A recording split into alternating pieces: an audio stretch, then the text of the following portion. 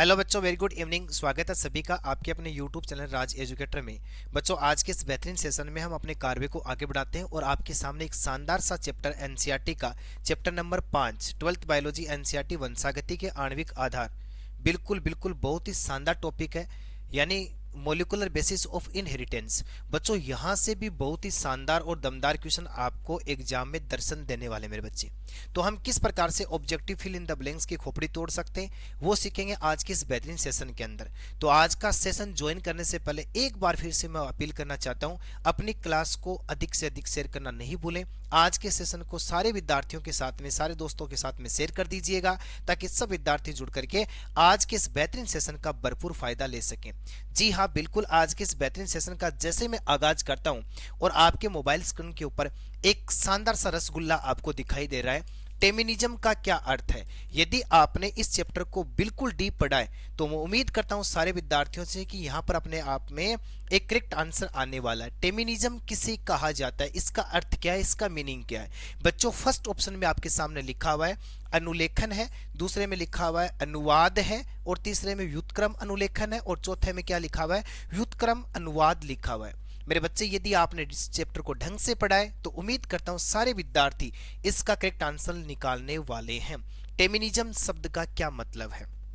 शाबाश शाबाश, बहुत शानदार। देखो, इस क्वेश्चन को करने से पहले हम एक बात करते हैं और एक शानदार से तरीके से इसको हम रीड आउट कर लेते हैं। एक्सप्लेनेशन देखो किस प्रकार से करते हैं। देखो, एक प्रोसेस होती है कि जब डीएनए जो होता है और वो डीएनए का ही निर्माण करे तो उस प्रोसेस को रेप्लिकेशन प्रोसेस के नाम से जानते हैं। बच्चों, किसके नाम से जानते हैं? Replication process. यानी सर जी किसके नाम से जानते हैं? प्रतिकृतियन के नाम से जानते हैं। बिल्कुल, आप यहाँ डुप्लीकेशन लिख सकते हो, प्रतिकृतियन लिख सकते हो, फोटोकॉपी लिख सकते हो। ये बात तो आप सभी को पता है। लेकिन फिर देखो क्या होता है कि ये जो डीएनए होता है ये क्या काम करता है? ट्रांसक्रिप्शन मेथड के द्वारा। देखो, आपको खोपड़ी में फिट कर लेना है, एक मेथड आता है ट्रांसक्रिप्शन, और इसको मेरे बच्चे किसके नाम से जानते हैं? अनुलेखन के नाम से जानते हैं। और ये किसका निर्माण कर देता है? एमआरएनए का निर्माण कर देता है।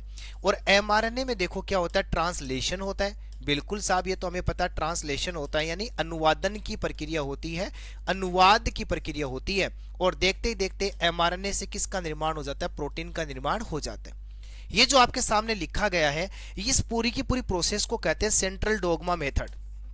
इसको किसके नाम से जानते हैं? सेंट्रल डोग्मा मेथड के नाम से जानते हैं। बिल्कुल, सेंट्रल डोग्मा मेथड जो मेरे बच्चे आपको याद रखना, एक साइंटिस्ट आया था फ्रांसीसी क्रिक, उसने इसका प्रतिपादन किया था और उन्होंने बताया था कि डीएनए से डीएनए का निर्माण होगा, फिर इसके बाद में डीएनए से एमआरएनए का निर्माण होगा, और एमआरएनए से किसका निर्माण हो जाएगा? प्रोटीन का निर्माण हो जाएगा। इतनी बात समझ में आई। लेकिन उसके बाद में देखो एक सिद्धांत आता है जिसको हम रिवर्स ट्रांसक्रिप्शन के नाम से जानते हैं, प्रतीप अनुलेखन के नाम से जानते हैं। बच्चों, किसके नाम से जानते हैं? प्रतीप अनुलेखन। सर जी, ये प्रतीप अनुलेखन क्या होता है? जब एमआरएनए पहले किसका निर्माण करे? डीएनए का निर्माण करे, यानी आनुवंशिक सूचना का स्थानांतरण जब एमआरएनए से डीएनए की ओर हो जाता है तो इस मेथड को कहा जाता है रिवर्स ट्रांसक्रिप्शन अर्थात प्रतीप अनुलेखन कहा जाता है। और एक वैज्ञानिक आया लाडले, याद रखना, जिसका नाम था टेमिन। और टेमिन किसके साथ में मिल जाता है? बाल्टीमोर के साथ में मिलकर के सिद्धांत का प्रतिपादन करता है।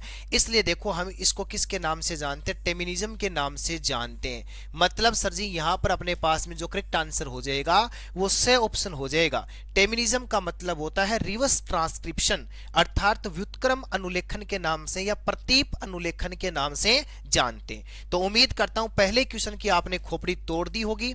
यहां पर मैं इस व्युत्क्रम का जो दूसरा नाम बता रहा हूं प्रतीप अनुलेखन, वो ओब्लिक में लगा रहा हूं। तो फर्स्ट क्वेश्चन के अंदर अपने पास में जो करेक्ट आंसर आया वो अपने पास में से ऑप्शन हो गया। ठीक है जी। अब देखो आगे बढ़ते हैं और एक और रसगुल्ला आपके सामने क्या कहना चाहता है? मानव में ज्ञात सबसे बड़ी जीन। देखो, यहां पर आपको दो क्वेश्चन सीखने को मिलने वाले हैं। पहला तो कौन सा मिल गया कि मानव में ज्ञात सबसे बड़ी जीन कौन सी है, तो आपको रट्टा लगा लेना है, डिस्ट्रोफिन है बच्चों। ठीक है। और अगला पूछ रहा है कि में कितने नाइट्रोजनी क्षार, कितने करोड़ क्षार पाए जाते हैं? अगला लिख रहा है 2.4 करोड़, 3.4, 4.4 और 5.4 करोड़ नाइट्रोजनी क्षारक पाए जाते हैं। क्या आपने रीड आउट किया? रीड आउट किया तो मुझे उम्मीद है, विश्वास है मेरे सारे के सारे एनर्जी पाउच के ऊपर बिल्कुल इस क्वेश्चन का करेक्ट आंसर आने वाला है। दम लगा दो पूरा का पूरा, लाइन टू लाइन एनसीईआरटी को हम रीड आउट करेंगे। एनसीईआरटी खुद हिलनी डुलनी चाहिए बच्चों अपने इस प्रकार के नॉलेज से। क्या आप इसका करेक्ट आंसर दे सकते हैं? बिल्कुल आप दे सकते हैं। यहां पर अपने पास में जाना होगा ए ऑप्शन के पास में, अर्थात A option is right option हो गया मेरे लाडले। यानी डिस्ट्रोफिन के अंदर 2.4 करोड़ क्या पाए जाते हैं? क्षार पाए जाते हैं। ठीक है जी। अब देखो आपके सामने एक और अच्छा दमदार क्वेश्चन आपके सामने है। जंपिंग जीन का दूसरा नाम है, सिस्ट्रॉन है, वाहक है, ट्रांसपोजोन है, ए व ब दोनों है। ये ऑप्शन आपके सामने दिए गए। ये एक शब्द ऐसा है जो नया आपके सामने हो सकता है, इस चैप्टर में आप पहली बार देख रहे हो। जंपिंग जीन जो होता है उसका दूसरा नाम क्या होता है? यदि आपने सुना है दीजिए करेक्ट आंसर। यहां पर आपके इस ऑप्शन के साथ में जाने वाले हैं। शाबाश, बहुत अच्छे, बहुत ही खूब, बहुत शानदार। बिल्कुल प्रयास करना, लगनता के साथ में ज्वाइन करना है बच्चों। यहां पर अपने पास में जो से ऑप्शन है डेफिनेटली क्या हो जाएगा? करेक्ट हो जाएगा। यानी जंपिंग जीन का दूसरा नाम होता है ट्रांसपोजोन। क्या होता है बच्चों? ट्रांसपोजोन होता है। अब देखो बात कर लो अगले रसगुल्ले की। आनुवंशिक कूट में समापन कोडोन है बच्चों 2025 का एक मसाला। बिल्कुल आप 5 स्टार लगा सकते हो। इनको आप अंडरलाइन कर लो, खोपड़ी में फिट कर लो, कैसे भी कर लो। देखो जब कोडोन की बात करते हैं तो टोटल कोडोन की जब मैं बात करता हूं तो हम कितना बनाते हैं? ट्रिपलेट थ्योरी के अनुसार 64 कोडोन बनाते हैं। बिल्कुल बनाते हैं ना बच्चों। इसके अंदर देखो क्या होता है, यानी 61 कोडोन जो है वो काम के, 3 कोडोन जो होते हैं उनको स्टॉप कोडोन के नाम से जानते हैं। किसके नाम से जानते हैं? स्टॉप कोडोन के नाम से जानते हैं। आप इसको समापक कोडोन के नाम से भी जान सकते हैं। इनको समापक कोडोन कहते हैं। जी सर, बिल्कुल कहते हैं समापक कोडोन। मतलब क्या होता है कि जब ये कोडोन जैसे बन जाते हैं, ये आनुवंशिक कूट जैसे बन जाएंगे, उसके बाद में प्रोटीन संश्लेषण की प्रक्रिया रुक जाती है। अतः इसको समापक कोडोन के नाम से जानते हैं। नॉनसेंस कोडोन कह सकते हो, निरर्थक कोडोन के नाम से भी जानते हैं। देखो बच्चों क्या कह रहा है? UAA, UAG, UGA या फिर उपरोक्त सभी। तो बच्चों याद रख लेना, यहां पर अपने पास में जो करेक्ट आंसर आएगा वो द ऑप्शन हो जाएगा, क्योंकि ये तीनों के तीनों ही है ना। कौन कौन से? UAA, UAG और UGA। ये तीनों के तीनों कैसे कोडोन होते हैं मेरे लाडले? इनको स्टॉप कोडोन के नाम से जानते हैं, समापक कोडोन के नाम से जानते हैं, नॉनसेंस निरर्थक कोडोन के नाम से जानते हैं। ठीक है ना। हरगोविंद खुराना, नीरेन बर्ग, ओकावा, इन्होंने इसके बारे में बताया था। ट्रिपलेट थ्योरी के द्वारा हमें पता चला था। 3 नाइट्रो, हाँ कोडोन के बारे में और सुन लो। कोडोन क्या होता है? 3 नाइट्रोजनी क्षारकों से बनी एक ऐसी भाषा जो किसी विशिष्ट एमिनो अम्ल को कोडित करने की सूचना रखती है। उसको आनुवंशिक कूट कहते हैं, उसे त्रिकूट कहते हैं, उसे कोडोन के नाम से जानते हैं। बिल्कुल सीख पाए? जी हाँ सीख पाए। अब देखो बात कर लेते हैं अगले क्वेश्चन की। अब देखो क्या कह रहा है, गुणसूत्रों के अगुणित समुच्चय को कहते हैं जीन कहते हैं, डीएनए कहते हैं, जीनोम कहते हैं, आनुवंशिक कूट कहते हैं। और आपके सामने शानदार सा क्वेश्चन, और उसके दिख रहे हैं आपको शानदार शानदार से ऑप्शन। 4 ऑप्शन आपके सामने आपकी मोबाइल स्क्रीन के ऊपर है। Choose the correct option in this question. इस क्वेश्चन के अंदर जो करेक्ट ऑप्शन है उसका आपको चयन करना है। बिल्कुल बिल्कुल बिल्कुल। यहां आप किस ऑप्शन के साथ में जाने वाले हैं? गुणसूत्रों के अगुणित समुच्चय को किसके नाम से जानते हैं? शाबाश बच्चों, बहुत ही अच्छा, बहुत ही खूब। देखो यहां पर अपने पास में से ऑप्शन राइट हो गया। यानी उसको किसके नाम से जानते हैं? हम जीनोम के नाम से जानते हैं। बिल्कुल ही शानदार क्वेश्चन आपके सामने रखा गया। अब देखो इस दौड़ के अंदर एक और क्वेश्चन आपके सामने। डीएनए प्रतिकृति विधि में एंजाइमों की एक श्रृंखला भाग लेती है जिसे हम कहते हैं। कितना अच्छा क्वेश्चन है ये, जिसकी कोई तुलना नहीं। बहुत शानदार दमदार क्वेश्चन है, आपको ध्यान देना है। प्रतिकृतियन होगा, निरूपण होगा, रेप्लिसोम होगा या फिर नियामक होगा। देखो क्या कहना चाहते हैं, यानी डीएनए प्रतिकृति। अब एक बात तो और सुन लो मेरे लाडले, ये जो आप पढ़ रहे हो डीएनए प्रतिकृति यानी डीएनए रेप्लिकेशन मेथड की जब आप बात करते हैं तो आपको याद रखना है, यानी डीएनए प्रतिकृति अर्धश्रृंखली विधि के द्वारा होता है। एक बात तो आपको ये याद रखना, यानी सेमी कंजर्वेटिव मेथड के द्वारा होता है। यानी कौन सी विधि के द्वारा होता है? Semi conservative method. मतलब इसका मतलब क्या होता है? जैसे देखो ये डीएनए है और इस डीएनए की दोनों लड़ियां इस प्रकार से खुल जाती हैं। ठीक है ना। जैसे मैंने बोला ये 5 एंड है और ये 3 एंड है, ये 3 एंड है और ये 5 एंड है। तो देखो आधा तो इस प्रकार से है और आधी लड़ियां खुलेगी, इसके सापेक्ष क्या होगा, इस प्रकार से फिर क्या हो जाएगा भाई, ध्यान से समझना, यानी इस प्रकार से इसके अंदर नए डीएनए का निर्माण हो जाएगा। तो सेमी कंजर्वेटिव मेथड आता है। अब इसके अंदर कई प्रकार के एंजाइम भाग लेते हैं, जैसे फॉर एग्जांपल सबसे पहले हम बात करना चाहिए तो डीएनए लाइगेज काम आता है, उसके बाद में आइसोमेरेज एंजाइम काम आएगा, एसएसबी प्रोटीन काम आती है, इसके बाद में इसके अंदर आरएनए प्राइमर को जोड़ने के लिए आरएनए प्राइमेज काम आएगा, और उसके बाद में क्या आ जाता है, डीएनए पॉलीमरेज आ जाता है। तो अगला क्या कहना चाहता है, जो जितने भी एंजाइम भाग ले रहे हैं उन एंजाइमों को एक साथ आप क्या पढ़ोगे, तो मेरे बच्चे याद रखना सी ऑप्शन, से ऑप्शन, 3 नंबर ऑप्शन राइट होगा, जिसको हम रेप्लिसोम के नाम से जानते हैं। जिसको हम किसके नाम से जानते हैं, रेप्लिसोम के नाम से जानते हैं। बिल्कुल जी, आगे बढ़ो। अब देखो क्या कहना चाहता है, जीन अभिव्यक्ति के नियमन की ओपेरॉन अवधारणा किन वैज्ञानिकों ने दी थी। लेक ओपेरॉन के बारे में किसने बताया, ओपेरॉन संकल्पना देने वाला वैज्ञानिक कौन था, निकोलसन था, सेंगर था, जेकब मोनार्ड था, या फिर उपरोक्त सभी था। यहां आप किस ऑप्शन के साथ में जाने वाले हैं, मैंने आपको पहले ही बता दिया था बच्चों, ये जो क्वेश्चन आपके सामने रखे जा रहे हैं बिल्कुल डीप एनसीईआरटी लाइन से बनाए गए हैं, और आप बिल्कुल पढ़ करके पूरे चैप्टर को एमसीक्यूज के माध्यम से क्लियर कर सकते हैं। इसके बाद में आपको पता ही है इस प्लेटफॉर्म के द्वारा थ्योरी क्लास हर चैप्टर की मिल रही है, तो वहां पर भी आप जा सकते हैं और अच्छा पढ़ सकते हैं। तो बिल्कुल वैज्ञानिक कौन था, जेकब मोनार्ड नामक वैज्ञानिक ने जीन अभिव्यक्ति के नियमन हेतु ओपेरॉन संकल्पना का प्रतिपादन किया, और यहां पर अपने पास में से ऑप्शन राइट हो गया। अब बच्चों देखो क्या कहता है, एडेनिन का 40% है तो ग्वानिन का प्रतिशत क्या होगा। वेरी वेरी इंपॉर्टेंट, एक बार फिर से एक और मसाला जिसके बारे में हम दावे के साथ कह सकते हैं कि बोर्ड एग्जाम 2025 का एक और खुराक, एक और डोज, एक कैप्सूल आपके सामने रखा जा रहा है। बेटा किसकी बात कर रहा है, एडेनिन का 40% बता रहा है ये, ठीक है साहब, बिल्कुल 40%, और ग्वानिन की बात कर रहा है। अब देखो बच्चों याद रख लेना, ग्वानिन के प्रतिशत की बात कर रहा है, तो आप यहां किस ऑप्शन के साथ में जाने वाले हैं। देखो मैंने आपको एक बात बताई थी, वेरी वेरी इंपॉर्टेंट है, अजी सुनते हो, टी चाहिए 1 कप, ये हमने बताया था चारगाफ के तुल्यांकी मॉडल के अनुसार। यानी इसमें होता क्या है, एडेनिन हमेशा किसके साथ में जुड़ता है, थाइमिन के साथ में, और ग्वानिन हमेशा किसके साथ में जुड़ता है, साइटोसिन के साथ में, बिल्कुल है ना। और अगला क्या कहना चाहता है कि एडेनिन और थाइमिन की मात्रा बराबर होती है। देखो एडेनिन की मात्रा 40% है, तो मेरे लाडले थाइमिन की मात्रा भी कितना प्रतिशत हो जाएगी, 40, ठीक है ना। और टोटल अमाउंट को यदि मैं काउंट कर दूं तो टोटल कितने आ गए अपने पास में, 80%। पीछे कितना बच गया, 20, जो किस किस का हो सकता है, ग्वानिन का और किसका हो सकता है, साइटोसिन का। तो दोनों का कितना कितना प्रतिशत आ जाएगा, 10-10% आ जाएगा।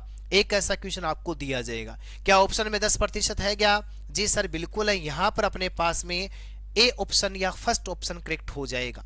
ठीक है जी, बिल्कुल अच्छा क्वेश्चन था आपके सामने। अब देखो नेक्स्ट क्वेश्चन क्या कहना चाहता है, सेंट्रल डोगमा सिद्धांत का प्रतिपादन किसने किया, या सेंट्रल डोगमा सिद्धांत प्रस्तावित किया गया, बिडल व टेटम के द्वारा, टेमिन व बाल्टीमोर मोर के द्वारा, क्रिक के द्वारा, पुनेट के द्वारा। ये क्वेश्चन आपके सामने, ये ऑप्शन आपके सामने, दीजिए करेक्ट आंसर। सेंट्रल डोगमा सिद्धांत किसने दिया था, सेंट्रल डोगमा सिद्धांत किसने दिया था, किस ऑप्शन के साथ में जाएंगे। तो बिल्कुल आपका एकदम सही है, यहां पर अपने पास में सही ऑप्शन हो जाएगा, यानी फ्रांसीसी क्रिक नामक वैज्ञानिक ने सेंट्रल डोगमा सिद्धांत दिया था। और इसने क्या दिया था, तो आपको पता ही है, इन्होंने दिया था रिवर्स ट्रांसक्रिप्शन थ्योरी। इन्होंने क्या दिया था, रिवर्स ट्रांसक्रिप्शन थ्योरी दी थी भाई साहब, यानी प्रतीप अनुलेखन दिया था। किसने दिया था, टेमिन व बाल्टीमोर ने। किसने दिया था, टेमिन व बाल्टीमोर ने, याद रखना। और बिडल व टेटम जो है, बिडल व टेटम के बारे में बात करो तो देखो बिडल व टेटम के बारे में आपको मिलेगा इसी चैप्टर के अंदर, जो आप कमेंट बॉक्स में बताएंगे। और पुनेट ने क्या काम किया था, ये आप कमेंट बॉक्स में बताने वाले हैं। ठीक है जी, अगला क्वेश्चन। अब देखो डीएनए आनुवंशिक पदार्थ है, इसका सुस्पष्ट प्रमाण किसने दिया। 2024 में ये क्वेश्चन पूछा गया बच्चों बोर्ड एग्जाम के अंदर, वेरी वेरी इंपॉर्टेंट क्वेश्चन बन जाता है। देखो ग्रिफिथ ने दिया, अल्फ्रेड हर्शे व मार्थो चेज ने दिया, एवरी मैक्लियोड और मैकार्टी ने दिया, या फिर उपरोक्त सभी ने दिया।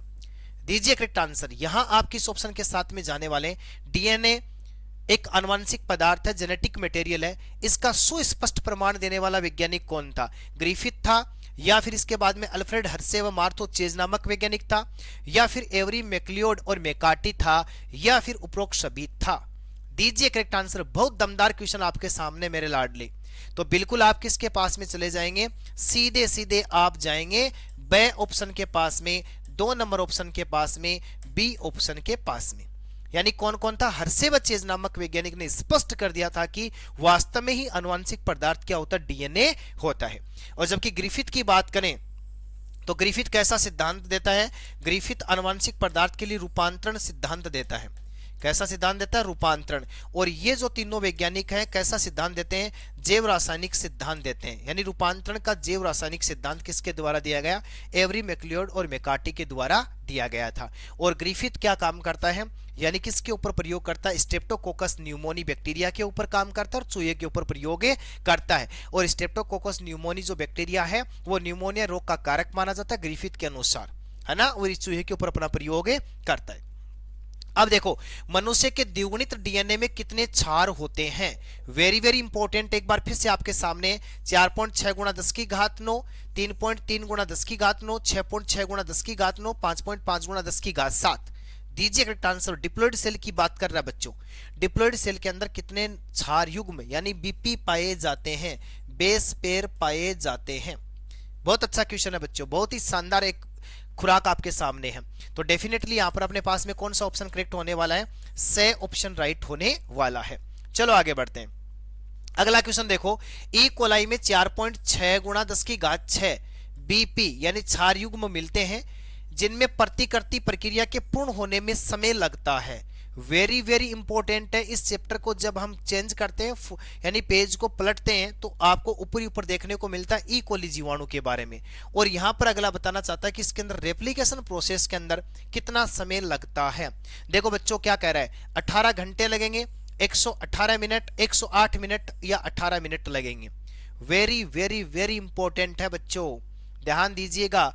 रेप्लिकेशन ऑफ डीएनए, डीएनए का रेप्लिकेशन ई कोली जीवाणु के अंदर तो बड़ा सिंपल सही है भाई, 18 मिनट। और एग्जाम की दृष्टि से ये भी एक डोज है, ये भी एक खुराक है, बिल्कुल यहां पर अपने पास में आ जाएगा द ऑप्शन राइट। अगला क्वेश्चन देखो, डीएनए की अम्लीय प्रकृति किसके कारण से होती है, नाइट्रोजनी क्षारक के कारण से, स्टोन के कारण से, फॉस्फेट समूह के कारण से, डिऑक्सी राइबोज शर्करा के कारण से।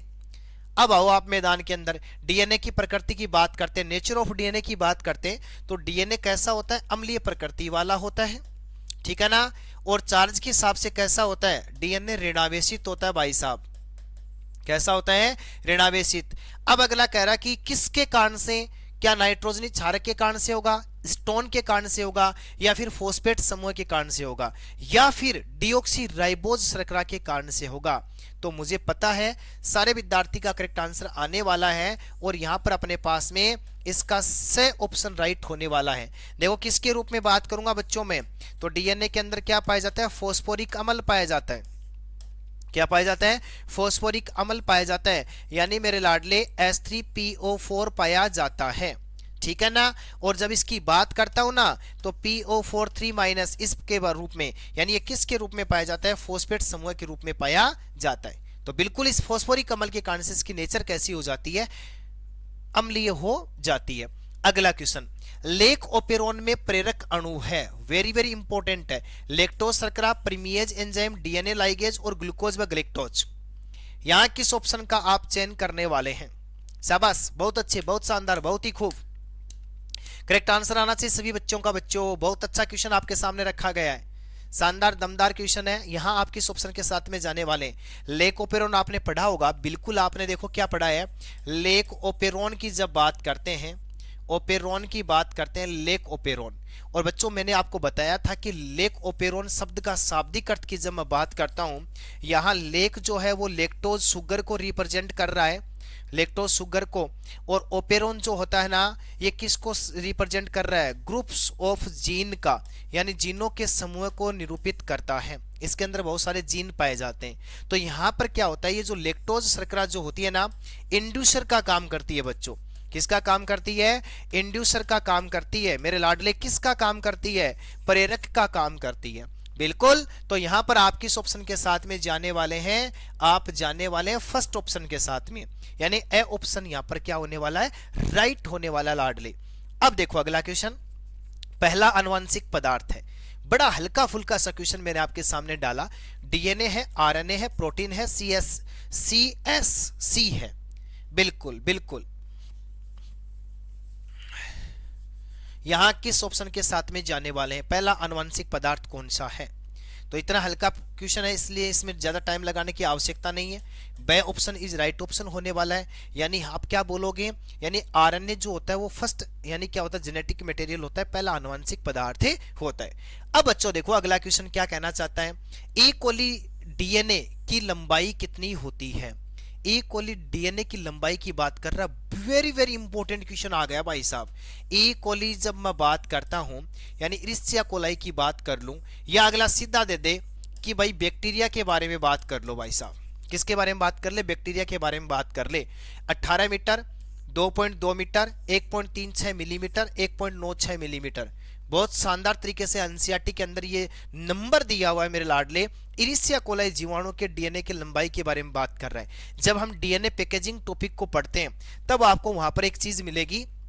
देखो वैसे बात करते हैं ना, ई कोली बैक्टीरिया की बात करते हैं बच्चों, ये असीम केंद्र की होता है। वाह भाई, याद रख लेना बच्चों। और एनसीईआरटी वाला शब्द याद रखना, असीम केंद्र की। सर जी असीम केंद्र की का क्या मतलब होता है मेरे लाडले? प्रोकैरियोटिक आप जब तक पढ़ते आ रहे थे, उसी प्रोकैरियोटिक को क्या नाम दिया जाता है? असीम केंद्र की। यानी सुस्पष्ट केंद्र का इसके अंदर अभाव होता है। याद रखना, इसके अंदर सुस्पष्ट केंद्रक का क्या होता है? अभाव होता है। अब एक काम की बात सुनो, सुस्पष्ट केंद्रक अभाव का मतलब यह हुआ कि इसके चारों ओर क्या नहीं पाई जाती? केंद्रक झिल्ली नहीं पाई जाती। अब केंद्रक झिल्ली नहीं पाई जाती, इसका मतलब इसका डीएनए तो कोशिका द्रव्य में बिखरा हुआ हो सकता है, लेकिन कभी भी ऐसा नहीं होता। फिर भी डीएनए एक फिक्स जगह के ऊपर पैक्ड किया हुआ होता है। जब इसके डीएनए की लंबाई की बात करूं बच्चों, तो एनसीईआरटी में स्पष्ट लिखा हुआ है इसके डीएनए की लंबाई 1.36 mm होती है। भूल मत जाना, वेरी वेरी इंपॉर्टेंट है। और यहां से बोर्ड एग्जाम में ये खुराक बन जाती है।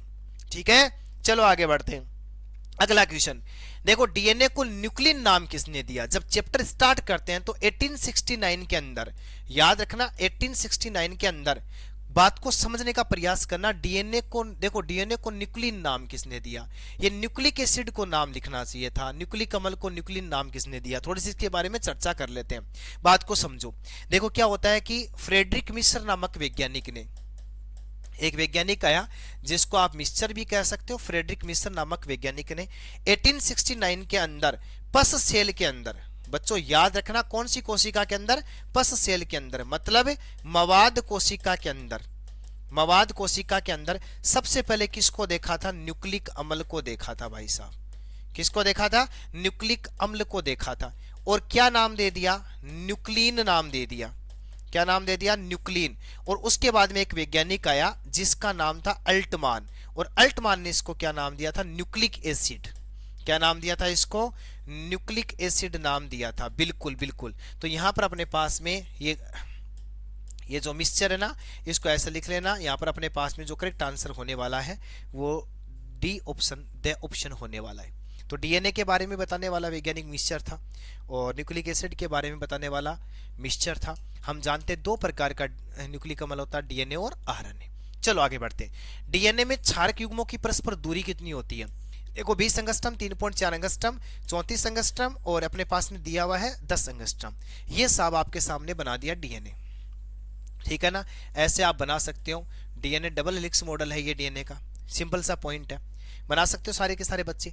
अब देखो एक कुंडलन की जब मैं बात करता हूं, तो एक कुंडलन के अंदर 1 2 3 4 5 6 7, देखो ये अपने पास में 4 5 6 7 8 9 10। तो देखो एक कुंडलन के अंदर 10 नाइट्रोजनी क्षारक आते हैं, है ना। जिस एक कुंडलन, देखो याद रखना एक कुंडलन की बात कर रहे हैं, ये अपने पास में बन गया एक कुंडलन।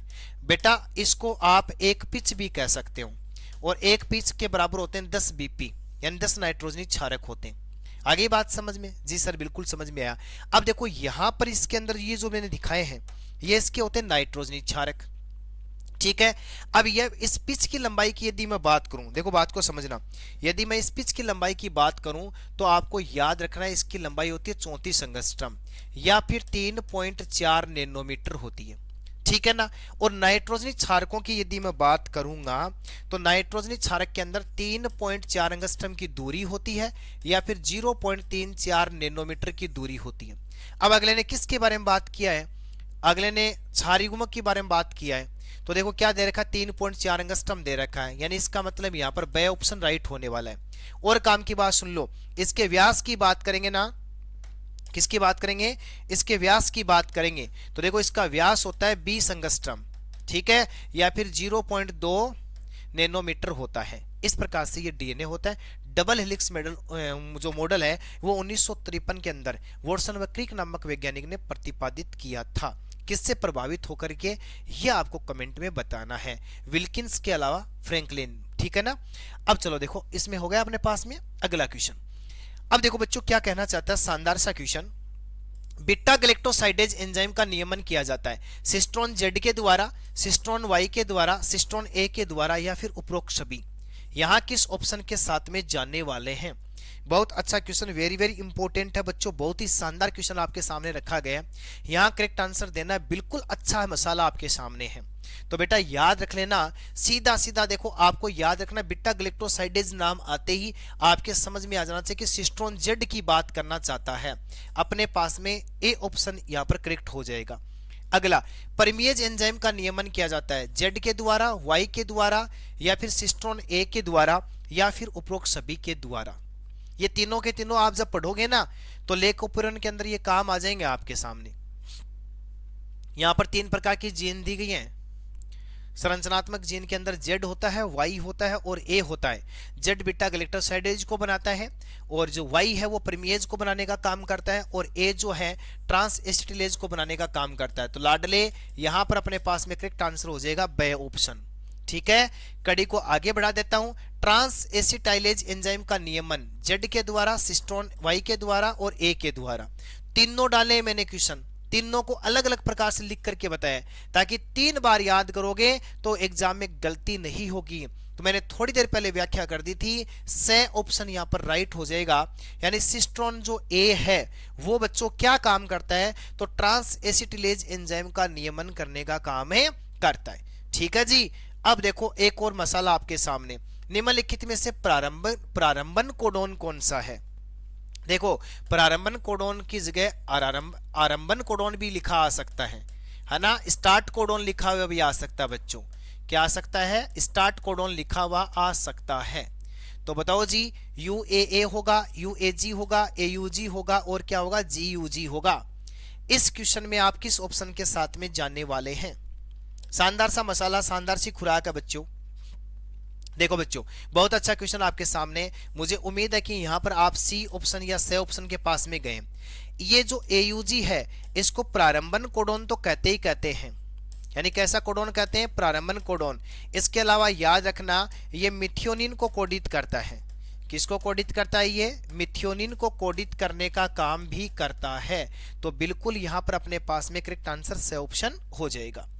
अब देखो अगला क्वेश्चन, NHC, ध्यान से समझना क्या लिखा हुआ है। NHC का पूरा नाम नॉन स्टोन क्रोमोसोमल प्रोटीन होगा, न्यू स्टोन करेक्टर प्रोटीन होगा, नॉन स्टोन क्रोमेटिन प्रोटीन होगा या फिर द ऑप्शन में कह रहा कि ये तो उपरोक्त सभी होने वाला है। यहां किस ऑप्शन के साथ में जाने वाले हैं। शाबाश बच्चों शाबाश, बहुत ही खूब। अब देखो यहां पर आपको करना होगा 1 नंबर ऑप्शन, यानी क्या कहा जाएगा इसको, नॉन स्टोन क्रोमोसोमल प्रोटीन कहा जाएगा। मतलब क्या कहा जाएगा, देखो क्या लिखा हुआ है, नॉन स्टोन, तो गैर स्टोन क्रोमोसोमल प्रोटीन के नाम से जानते हैं इसको। किसके नाम से जानते हैं, यानी गैर स्टोन क्रोमोसोमल प्रोटीन के नाम से जानते हैं। तो लाडले यहां पर अपने पास में ए ऑप्शन क्या हो जाएगा, राइट हो जाएगा। तो दमदार क्वेश्चन एक बार फिर आपके सामने रखा गया। अब इसी सीक्वेंस को आगे बढ़ा देता हूं। सारे बच्चों से उम्मीद करता हूं कि इस क्वेश्चन की खोपड़ी तोड़ना है। निम्नलिखित में से असुमेलित की पहचान करनी है, जो यहां पर सुमेलित नहीं है उसको ढूंढना है। बच्चों क्या कहता है, VNTR के बराबर लिखा, variable number of tandem repeat लिखा हुआ है। SNPS के सामने लिखा हुआ सिंगल न्यूक्लियोटाइड पॉलीमॉर्फिज्म लिखा हुआ है। और AUTR के सामने लिखा हुआ है अनट्रांसलेटेड रीजन लिखा हुआ है, और यहां पर SGP के सामने लिखा हुआ है ह्यूमन जीन प्रोजेक्ट लिखा हुआ है। ये ऑप्शन आपके सामने है, यहां आप किस ऑप्शन के साथ में जाने वाले हैं? शाबाश, बहुत अच्छे, बहुत ही शानदार। और मैं कहता हूं कि इन सब के आगे 2025 लगा लो बेटा। बहुत ही शानदार तरीके की फुल फॉर्म इस चैप्टर की मैंने यहाँ पर डाली है। VNTR का मतलब वास्तव में variable number of tandem repeat होता है। SNPS का मतलब सिंगल न्यूक्लियोटाइड पॉलीमॉर्फिज्म्स होता है, और UTR का मतलब अनट्रांसलेटेड रीजन होता है। लेकिन बेटा याद रखना, ह्यूमन जीन प्रोजेक्ट नहीं होता, आपको पकड़ना है ह्यूमन जीनोम प्रोजेक्ट होता है, मानव जीनोम परियोजना। और ये इसके अंदर गलत दिया हुआ है, तो अपने पास में जो करेक्ट आ गया वो अपने पास में द ऑप्शन हो गया। ठीक है जी। अब देखो कुछ फिल इन द ब्लैंक्स की बात करते हैं। दमनकारी, देखो क्या कहना चाहता है, दमनकारी द्वारा लेख प्राचालक या प्रचलक के नियमन को क्या कहा जाता है? शानदार सा फिल इन द ब्लैंक्स है, अच्छी तरीके से आपको यहां पर करेक्ट आंसर देने का पूरा प्रयास करना है। बहुत अच्छा क्वेश्चन आपके सामने आया। दमनकारी द्वारा लेख ओपेरोन कह सकते हो इसको, के नियमन को क्या कहा जाता है? तो बेटा याद रख लेना, इसको हम किसके नाम से जानते हैं? ऋणात्मक नियमन के नाम से जानते हैं। मतलब है यानी क्या बोलेंगे, नेगेटिव रेगुलेटर के नाम से जानते हैं, रेगुलेशन के नाम से जानते हैं। अब देखो क्या कह रहा है, स्टोन में क्षारीय एमिनोमल, जब स्टोन की बात करते हैं उसके अंदर दो एमिनोमल ऐसे सामने आते हैं जिनकी नेचर कैसी होती है, क्षारीय प्रकृति की होती है। वो कौन कौन से हैं वो आपको यहाँ पर फिल इन द ब्लैंक्स में कंप्लीट करने हैं। यदि आपने अच्छे से पढ़ा है तो बिल्कुल आप करेक्ट आंसर देने वाले हैं, उम्मीद करता हूं। तो बच्चों याद रख लेना, एक अपने पास में लाइसिन होता है और एक अपने पास में ओर्जिनिन होता है। इन दोनों को याद करना, ओर्जिनिन और लाइसिन कैसे एमिनो एसिड होते हैं, क्षारीय प्रकृति वाले एमिनो एसिड होते हैं।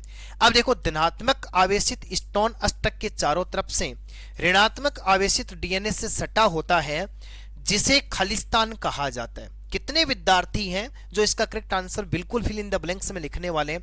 बच्चों हिंट ये है, जब हम डीएनए की पैकेजिंग करते हैं तो द्विगुणित कोशिका के अंदर डीएनए की पैकेजिंग किसके रूप में होती है, वो इस फिल इन द ब्लैंक्स का करेक्ट आंसर है। बिल्कुल सर जी, हमें समझ में आया। आप न्यूक्लियोसोम के बारे में बात करना चाहते हैं।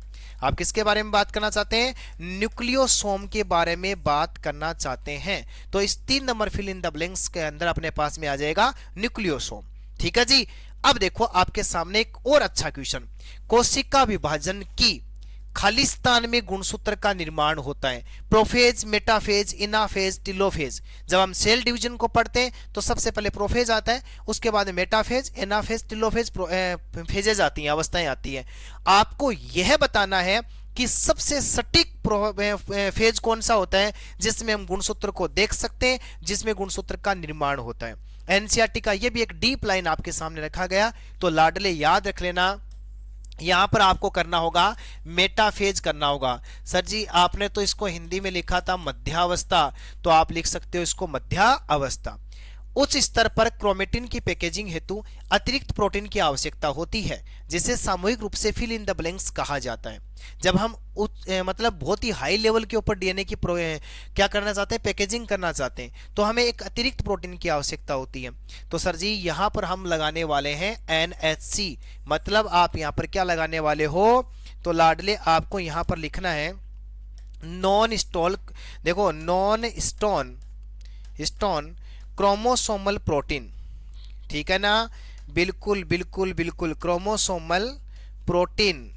ठीक है ना, आप क्या बोलोगे, गैर स्टोन गुणसूत्रीय प्रोटीन के नाम से जिसको जाना जाता है। अब देखो एक प्रारूपिक केंद्रक में कुछ जगहों पर क्रोमेटिन ढीले ढाले बंधे होते हैं जिन्हें हम खालिस्तान के नाम से जानते हैं। 2 प्रकार का क्रोमोसोम या हमें गुणसूत्र देखने को मिलता है। एक जगह वो ढीले ढाले बंधा होता है, एक जगह वो केंद्रक झिल्ली से शिथिलता के साथ में नहीं जटिलता के साथ में बंधा होता है। जब बच्चों वो ढीला ढाला बंधा होता है उसको हम यू क्रोमेटिन के नाम से जानते हैं। किसके नाम से जानते हैं? यू क्रोमेटिन के नाम से। क्रोमेटिन किसके नाम से जानते हैं? यू क्रोमेटिन के नाम से जानते हैं। ध्यान से देखना, यू क्रोमेटिन के नाम से जानते हैं। वेरी वेरी इंपॉर्टेंट होने वाला है यू क्रोमेटिन। ठीक है, और एक होता है हेटेरोक्रोमेटिन। अब काम की बात सुनो, फ्रेडरिक ग्रिफिथ ने स्ट्रेप्टोकोकस को खालिस्तान के लिए जिम्मेदार बनाया। ये मैं कहता हूं कि 2025 के सारे खालिस्तान खोपड़ी तोड़ देने वाले खालिस्तान है बच्चों। और आपको पता ही है किसके लिए जिम्मेदार बताता है, वो एक डिजीज है जिसका नाम होता है न्यूमोनिया रोग। तो आप यहाँ पर खालिस्तान में क्या लिखोगे, न्यूमोनिया। इस प्रकार से आज के इस बेहतरीन सेशन के अंदर अपने पास में जो एनसीईआरटी का 5 नंबर जो चैप्टर था उसका पहला पार्ट आपके सामने रखा गया। और इस पहले पार्ट के अंदर हमने वंशागति के आणविक आधार, मोलिकुलर बेसिस ऑफ इनहेरिटेंस के बारे में बात किया। उम्मीद करता हूं कि सारे के सारे क्वेश्चन आप बिल्कुल समझ पाए होंगे। यदि किसी विद्यार्थी को अब इस क्वेश्चन में कोई डाउट है तो बिल्कुल कमेंट कीजिएगा। फिर इसी प्रकार के धमाकेदार क्लास में पार्ट नंबर 2 के साथ में फिर मिलने वाले हैं। तब तक के लिए धन्यवाद। Thanks a lot.